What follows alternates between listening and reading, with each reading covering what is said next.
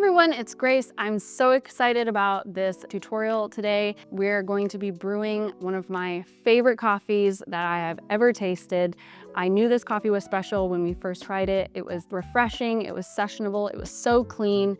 And today what I want to show you is 3 brew guides so that you can taste what we're tasting. This is a washed coffee. It's an heirloom varietal, so that means it can grow wild at origin, and it's produced by Mehbuba Saeed Abdallah. She's a renowned coffee producer at the Guji Uraga region and washing station, where they are known to produce some of the very best coffees in the world. It comes as no surprise that it also ended up being #2 in the world according to Coffee Review. So what is Coffee Review? Coffee professionals conduct a cupping blindly. They look for aroma, acidity, body, flavor, and structure within the coffee.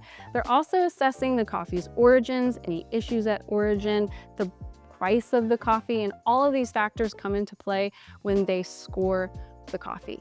And out of that 100 score, this coffee scored a 97, rated #2 in the world. And we are so excited to get to share it with you and share our brew parameters so that you can brew this at home. Okay, so first up we have espresso. If you have an espresso machine at home, this is the recipe that I recommend for this coffee. I used a 1:2 ratio, which is pretty standard for espresso. But what I did is I used 20 grams of coffee versus 18, which is pretty standard. I did this because it's a lighter roast, it's pretty dense, and I want to just slow the extraction rate down a little bit while it's brewing. I have my grind size set to 11. But again, these burrs are pretty new.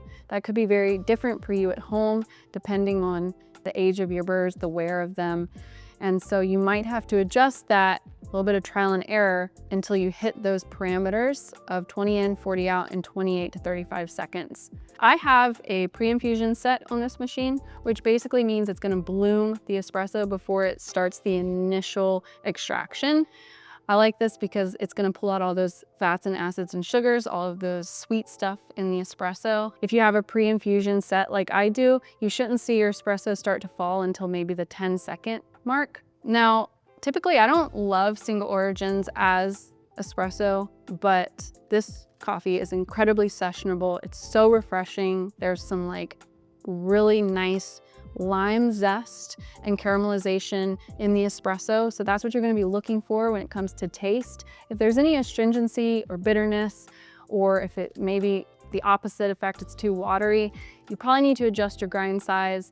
So just try and think 20 in, 40 out, 28 to 35 seconds. If you're hitting all those numbers, then you should get a delicious shot of espresso. Next up, we have a pour over. This is my favorite way to brew this coffee. It's my tried and true recipe with a little bit of technique added in so that we can really enhance how delicious this coffee is. So I used a 1:18 ratio, which is 1 parts coffee to 18 parts water. I did this because I like a little more water with my lighter roasts.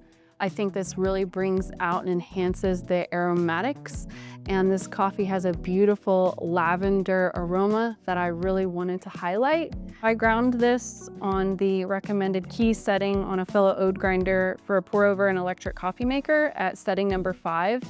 You want this to be not quite as coarse as breadcrumbs, but not quite as fine as table salt. You want it to be somewhere kind of in between. I use 205-degree water because this is a light roast, meaning the beans are going to be more dense. There's going to be more coffee solubles and molecules trapped, and it needs hotter water to help expedite the extraction. I used 20 grams in, 360 grams out. I did a 40-gram bloom. I just doubled the amount of coffee that I was using. And my water delivery time was 2 minutes and 30 seconds. So that's how long I am adding water into the coffee. My contact time was at 3 minutes. That's gonna be how long the water is suspended in the coffee bed and in contact with the coffee particles. I also did add a little bit of agitation throughout, just so that I could really make sure everything was nice and evenly extracted and bring out all of those juicy acids and fats and sugars that are really delicious. This is gonna give notes of, again, lavender right away. You're gonna get that in the aromatics. You're also going to get some cherry, nice Bing cherry notes, as well as honey and caramel. So just to reiterate the recipe, I used 1:18 as my ratio with 20 grams in and 360 grams out and a 40-gram bloom. I had a 2.5 minute water delivery time and a 3-minute water contact time. So I really love brewing a pour over for a lot of different reasons. It's pretty much my go-to. And this coffee is so good and it's so delicious that this is how I'm gonna brew it every single time. I don't want to miss out on any of those nuanced, exciting flavors. So really, the best way to enjoy this coffee is this way when you have complete control over your brew. If you don't have a pour over at home, or that's not the way that you like to brew coffee, I also have a drip recipe for you that makes this coffee shine just as much. It's really delicious. So I'm gonna show that to you now. Okay, so if you wanna get the very best out of the Mehbuba using a drip coffee maker, this is the recipe you're gonna wanna use.